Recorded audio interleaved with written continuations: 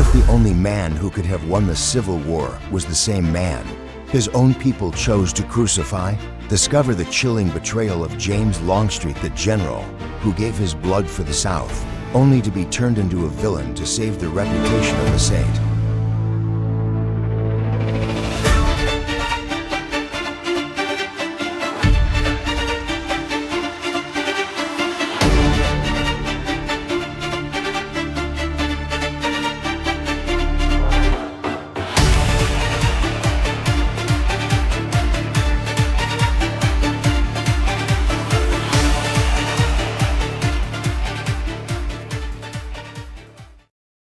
James Longstreet was not born into the role of a villain, nor was he destined by blood or temperament to become the pariah of the South. Rather, his journey began as one of the most promising, stoic, and capable figures to emerge from the rigorous crucible of West Point, forged in the same fires that shaped the entire generation of commanders who would eventually tear the United States apart before the ink was dry on the history books that would later brand him a traitor to the Confederate cause. Longstreet was a man defined by a profound sense of duty and an unshakable reliability that earned him the respect of peers on both sides of the Mason-Dixon line. His early military career was characterized not by the flamboyant cavalier attitude often associated with Southern officers, but by a grounded, methodical competence that was first tempered during the Mexican-American War, where he served with distinction and demonstrated a coolness under fire that would become his hallmark. It is one of the great ironies of American history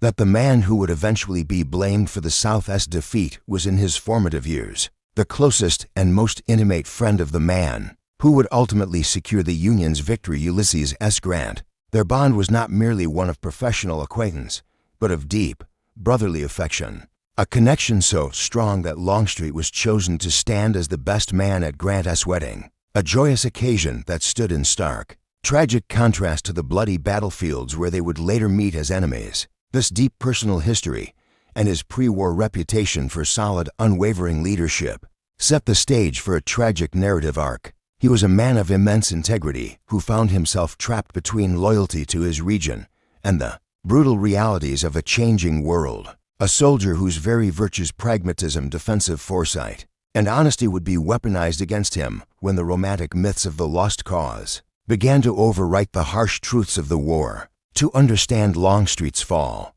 one must first appreciate the height of his standing before the war, a time when he was viewed not as a Judas, but as a bedrock of military professionalism, a man whose presence on the field brought a sense of security to his commanders and his men alike, unaware that his greatest trials would come not from Union cannons, but from the poisonous pens of his own comrades in the decades to follow.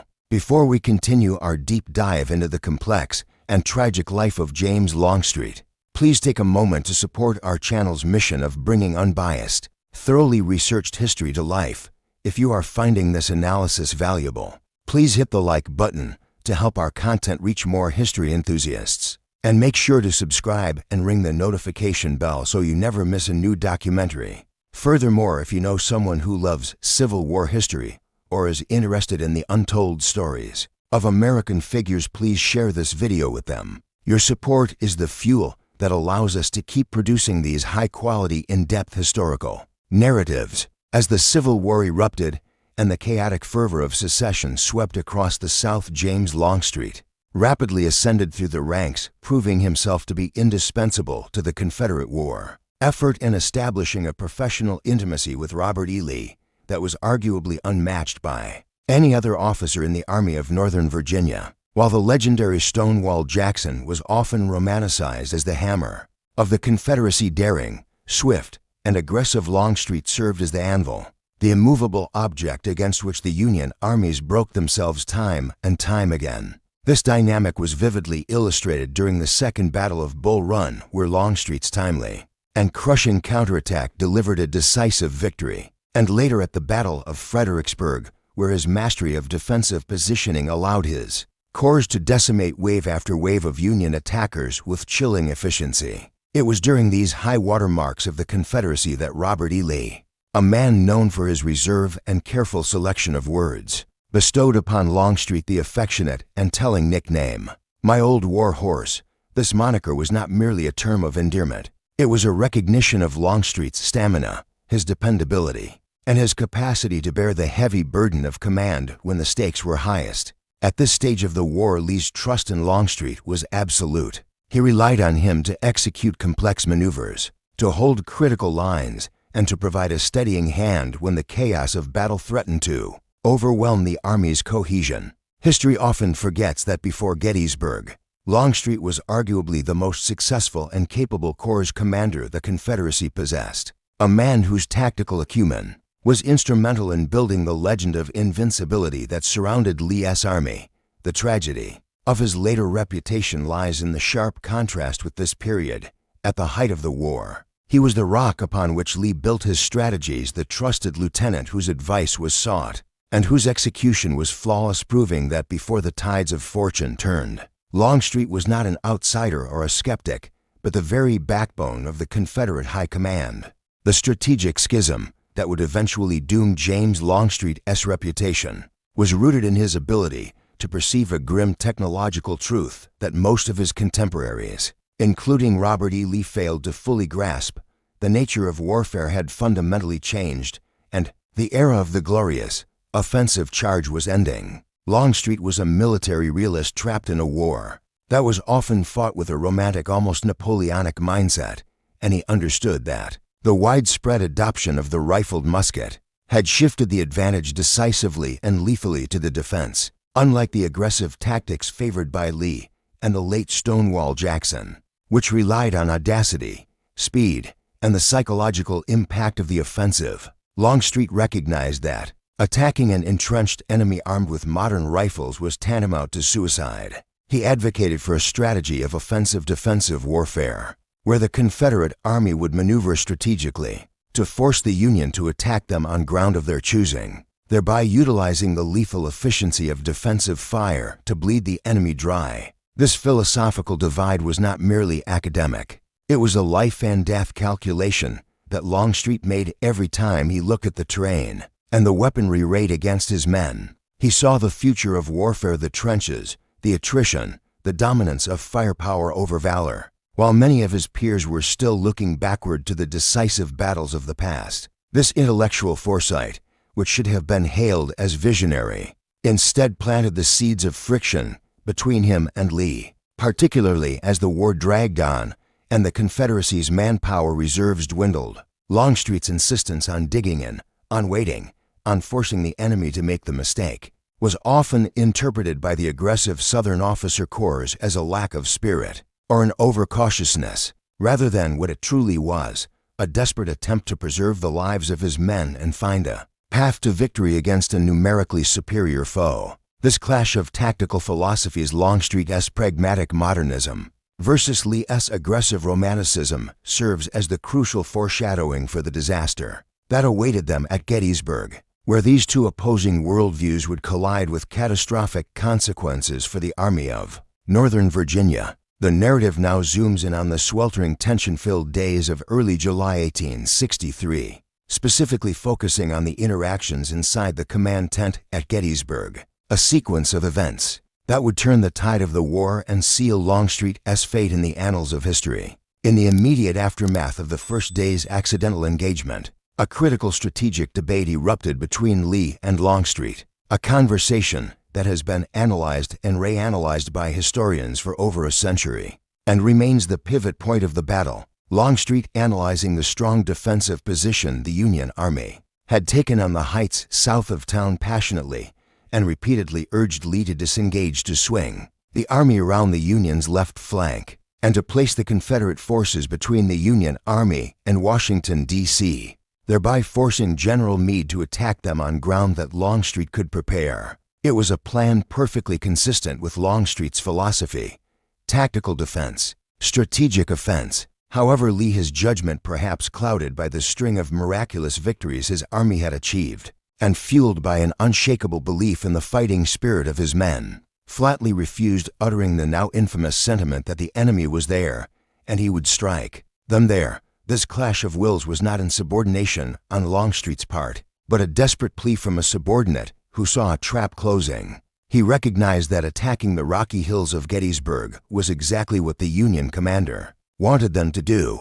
The tension in that tent was palpable, marking the beginning of a friction that history would later distort into betrayal. Where Longstreet saw a tactical blunder in the making, Lee saw an opportunity for a decisive blow. This disagreement, which should have been viewed as a healthy debate between a commander and his top lieutenant, would be weaponized in the post-war years, with Longstreet's valid objections twisted into accusations of reluctant sulking and a deliberate dragging of feet that allegedly cost the South the battle. The culmination of this tragic disagreement arrived on July 3, 1863, with an event that captures the crushing emotional weight of leadership and the horror of modern war, Pickett's Charge. This chapter of the story is not just about the movement of troops, but about the internal devastation of James Longstreet, who found himself in the agonizing position of having to order 12,000 men to execute a maneuver he knew with absolute certainty was a suicide mission. He had explicitly told Lee earlier that day, "General, I have been a soldier all my life. I have been with soldiers engaged in fights by couples, by squads, companies, regiments, divisions, and armies, and should know, as well as anyone, what soldiers can do. It is my opinion that no 15,000 men ever arrayed for battle can take that position." Despite his protests, the order stood, and the burden of execution fell squarely on Longstreet's shoulders.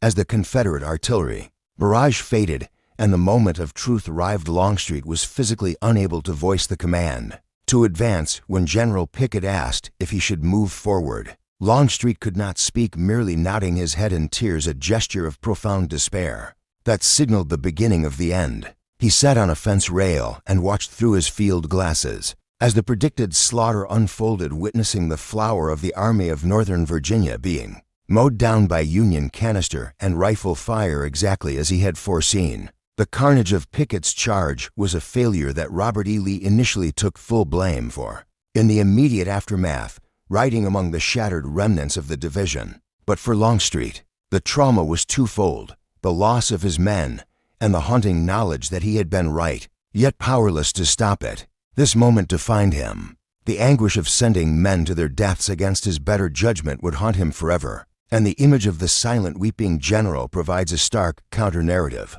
to the cold, calculating traitor depicted by his later enemies. When the smoke finally cleared over the corpse-strewn fields of Pennsylvania, the question of who would bear the burden of the South's greatest failure began to loom over the retreat, threatening to destroy the cohesion of the Confederate High Command. In the immediate shell-shocked aftermath of Gettysburg, the invincible aura of the Army of Northern Virginia was irrevocably shattered. And while Robert E. Lee wrote among the survivors, famously declaring, "It is all my fault," the seeds of doubt and recrimination were already being quietly sown by other officers who were desperate to deflect blame from themselves and protect the reputation of their beloved commander. As the Army limped back towards Virginia in the pouring rain, a grim mood settled over the troops, and the silence of the defeat began to morph into whispers that would eventually roar into a chorus of accusation. Junior officers and political figures, unable to comprehend how the infallible Lee could have been bested, began to look for a scapegoat, and their eyes turned toward Longstreet, whose well-known disagreement with Lee's strategy made him an easy target. The narrative began to shift from a collective failure of command and communication to a specific failure of one man's resolve. The whispers claimed that Longstreet had been slow, that his heart wasn't in the fight, and that his hesitation had cost them the victory. We must understand this psychological pivot.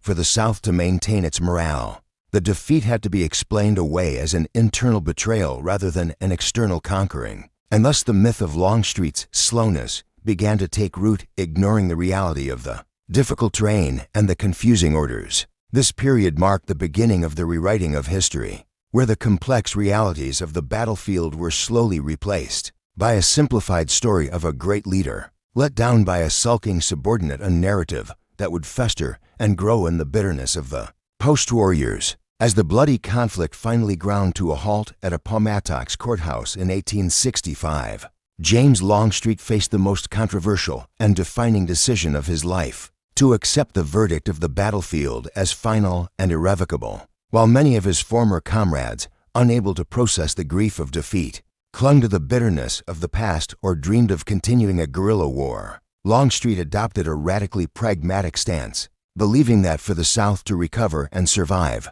it must cooperate with the Union rather than resist in vain. He rekindled his old, deep friendship with the victorious Ulysses S. Grant, a move that was personally fulfilling but politically explosive in the eyes of a defeated and humiliated South. Longstreet urged his fellow Southerners to look forward to rebuild their shattered economy and society within the framework of the United States, stating famously that if they had fought as men of honor, they should surrender as men of honor and abide by the laws of the land. This sentiment, which sounded like profound wisdom and necessary realism to him, sounded like abject surrender and betrayal to the ears of those still mourning their lost cause. He did not flee to Mexico or Brazil like some irreconcilable.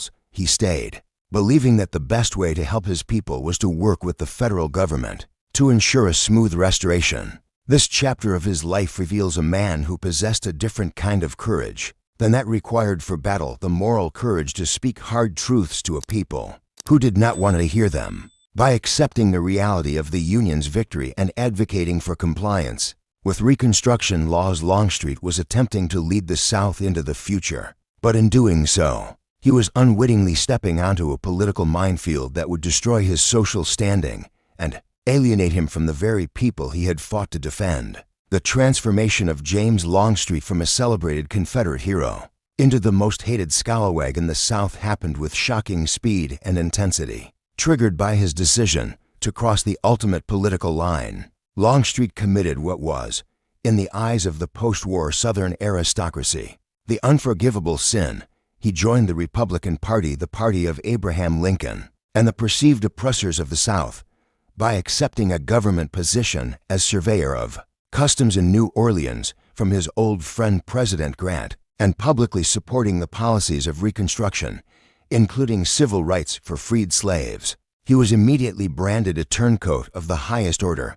The reaction was visceral and total. He was not merely disagreed with, he was socially annihilated.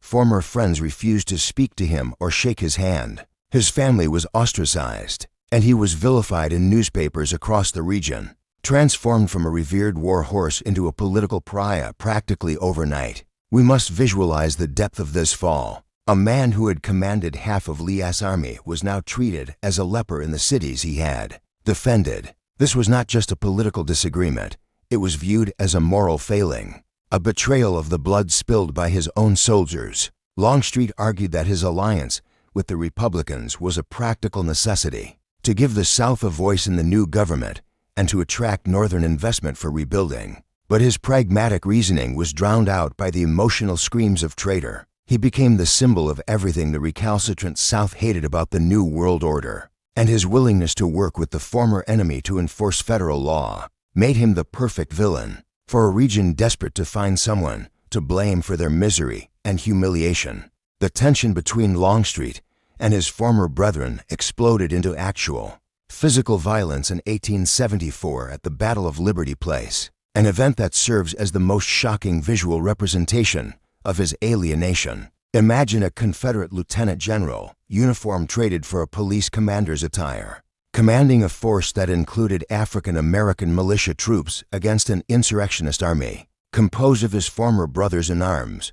This surreal and tragic scenario actually occurred on the streets of New Orleans, where Longstreet, leading the integrated New Orleans Metropolitan Police, faced off against the White League, a paramilitary group of Confederate veterans and white supremacists intent on overthrowing the Reconstruction government of Louisiana. The clash was brutal and chaotic. Longstreet, riding calmly into the fray in an attempt to parley and restore order, was met not with respect but with bullets and jeers. He was wounded, pulled from his horse, and taken prisoner by the very men who might have cheered him at Gettysburg or Chickamauga a decade prior.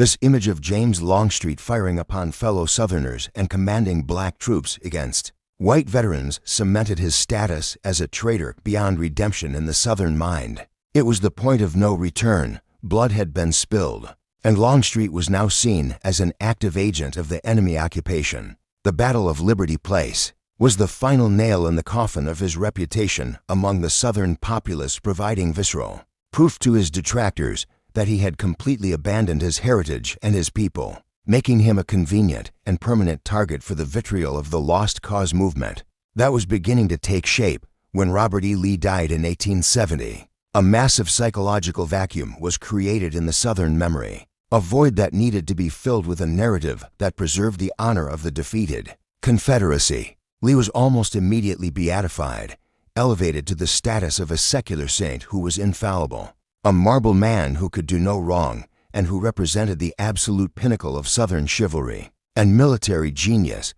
However, this deification posed a significant logical problem for the architects of Southern history. If Robert E. Lee was perfect, a military god who made no mistakes, then how did the South lose the war? And specifically, how did they lose the pivotal Battle of Gettysburg? To protect the myth of Lee's infallibility, the blame for the defeat had to be shifted entirely onto someone else. A scapegoat was required to absolve Lee of his errors. The target was painted squarely on the back of the absent Republican James Longstreet, who was the perfect candidate for this role due to his political treachery and his well-known disagreements with Lee. The psychological necessity of the South drove this process. They could not accept that they were beaten by a superior opponent or that their beloved Lee had flawed strategy, so they constructed a narrative where victory was stolen from them by the incompetence and insubordination of one man. Longstreet's post-war politics made him vulnerable, and his criticisms of Lee's strategy, however valid, were viewed as blasphemy against the newly canonized saint. Thus, the destruction of Longstreet's military reputation became a necessary sacrifice to build the cult of Robert E. Lee, ensuring that the lost cause remained pure and that the failure was internal and individual, rather than systemic or strategic. The systematic character assassination of James Longstreet was not an organic development, but a calculated campaign led by specific individuals, most notably Jubal Early and the Southern Historical Society, who dedicated themselves to rewriting history to suit the needs of the lost cause. This chapter details their relentless and organized effort to destroy Longstreet's legacy by fabricating myths and distorting facts, focusing their entire narrative attack on the 3 days at Gettysburg. Early and his cohorts invented the claim that Lee had ordered Longstreet to attack at sunrise on July 2nd, a purported order that never existed in any official record or in Lee's own writings, but which served as the cornerstone of their accusation that Longstreet's tardiness lost the battle. They shifted all blame onto his alleged slowness, ignoring the logistical nightmares, the misleading intelligence from cavalry, and the disorganized nature of the Confederate Army on that day. These men, many of whom had lesser war records than Longstreet, used the Southern Historical Society papers as a weapon, publishing article after article that framed Longstreet as a brooding, jealous subordinate who deliberately sabotaged Lee's genius. They effectively created a new reality, one where Longstreet was the sole reason for the Confederacy's demise, acting as a lightning rod to deflect any criticism away from Lee or themselves. This was a war of words fought with ink and paper, and Longstreet, isolated and politically unpopular, was outmatched by a coordinated group of writers who were determined to purge him from the ranks of heroes. The Lost Cause myth required a Judas to explain the crucifixion of the South, and Jubal Early ensured that James Longstreet would wear that mantle for generations to come. James Longstreet attempted to defend himself against this onslaught of criticism, but he was a soldier by trade, not a politician, a debater, or a polished writer, and his efforts often did more harm than good. Realizing that his legacy was being buried under a mountain of lies, he engaged in a war of words through newspaper articles and eventually his massive memoir, From Manassas to Appomattox, trying to set the record straight with facts and logic. However, his tone often came across as arrogant, defensive, and bitter. In his attempt to vindicate his own decisions, he made the tactical error of criticizing Robert E. Lee's generalship, pointing out the mistakes Lee made at Gettysburg and elsewhere. While his analysis was militarily sound and often correct, the public act of criticizing the sainted Lee was seen as further proof of his jealousy and treachery. Longstreet failed to understand the emotional landscape of the South. They did not want facts. They wanted a comforting myth, and by attacking their idol, he only fueled the fire of their hatred. His clumsy attempts at self-defense played right into the hands of enemies like Jubal Early, who could point to Longstreet's own words as evidence of his disrespect and lack of loyalty. Every time Longstreet wrote to explain that Lee was wrong and he was right, he drove another wedge between himself and the Southern people, unintentionally cementing the very reputation he was trying to dismantle. He was fighting a battle for historical truth in an era that demanded romantic legend, and his valid, rational arguments were drowned out by the emotional roar of a culture that needed him to be the villain. The success of this smear campaign is most visibly evident in the physical landscape of the South, where the erasure of James Longstreet from public memory was nearly total. As the era of Jim Crow took hold and statues of Confederate generals began to rise in town squares, courthouses, and specifically along Monument Avenue in Richmond, James Longstreet was conspicuously and deliberately missing, while minor officers, cavalry, commanders, and even generals with dubious records were immortalized in bronze and stone. The old war horse, the man who commanded the 1st Corps and was Lee's second-in-command for most of the war, was nowhere to be found.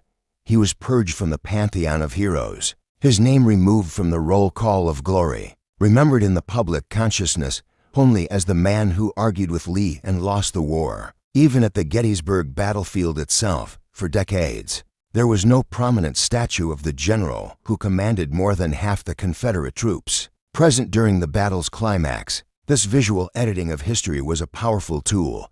By removing his image, the architects of the lost cause ensured that future generations would not ask questions about him, or if they did, they would only know him as the failure, the exception, the traitor. The empty spaces where his statues should have stood were silent testaments to the effectiveness of the campaign against him, a physical manifestation of his exile from Southern heritage. It was a damnatio memoria, a condemnation of memory that lasted for over a century, leaving Longstreet as a ghost haunting the margins of the history he helped shape. It was not until the late 20th century that the thick layers of myth began to peel away, revealing the truth that historians and the public had buried for 100 years. Thanks largely to a cultural shift sparked by literature and film, the publication of Michael Shara's Pulitzer Prize-winning novel The Killer Angels in 1974, and the subsequent film adaptation Gettysburg in 1993, played a pivotal role in reintroducing James Longstreet to the American public, not as a villain, but as a tragic, misunderstood prophet. For the first time, popular culture portrayed him sympathetically, highlighting his foresight regarding modern weaponry and his desperate attempts to save his men from the slaughter of Pickett's charge. This cultural moment coincided with a re-evaluation by modern historians and military scholars who revisited the primary documents, ignored the biased writings of Jubal Early, and analyzed the war through the lens of military science, rather than lost cause mythology. They realized that Longstreet's defensive strategies were actually correct. He had understood the technological shift of the war better than Lee, and his advice at Gettysburg, had it been followed, might have changed the outcome. This chapter details the slow but steady rehabilitation of his character in the eyes of academia and the public, a process that has seen him transform from a scapegoat back into a respected commander. The old war horse is finally being recognized for his competence and his modern mindset, vindicating his tactical philosophy and restoring a measure of the dignity that was stripped from him by his political enemies. The story of James Longstreet concludes by positioning him as one of the most complex and fascinating figures in American history, a man who defies easy categorization and forces us to grapple with the nuances of loyalty, duty, and patriotism. He was a man who fought with immense skill and courage for a cause that history has rightly condemned, the preservation of slavery and the Confederacy. Yet he spent the remainder of his life trying to do the right thing in the aftermath, striving to heal the nation's wounds through cooperation and acceptance of the new order. We summarize his tumultuous journey from the celebrated old war horse to the reviled scalawag, and finally to a vindicated soldier, asking the audience to weigh the totality of his life. Is his legacy defined by the 4 years he fought against the Union, or the decades he spent fighting to reunite it? Was he a traitor to his region, or was he a visionary American patriot who was simply born before his time, seeing the future of both warfare and national unity with a clarity that terrified his contemporaries. Longstreet's life serves as a powerful lens through which to view the Civil War and its long, painful shadow. He represents the road not taken by the South, a path of pragmatism and reconciliation that was rejected in favor of bitterness and myth. Ultimately, James Longstreet remains a figure of tragedy and redemption, a soldier who won battles but lost the war for his reputation, only to be rediscovered by a future that finally understands the burdens he carried.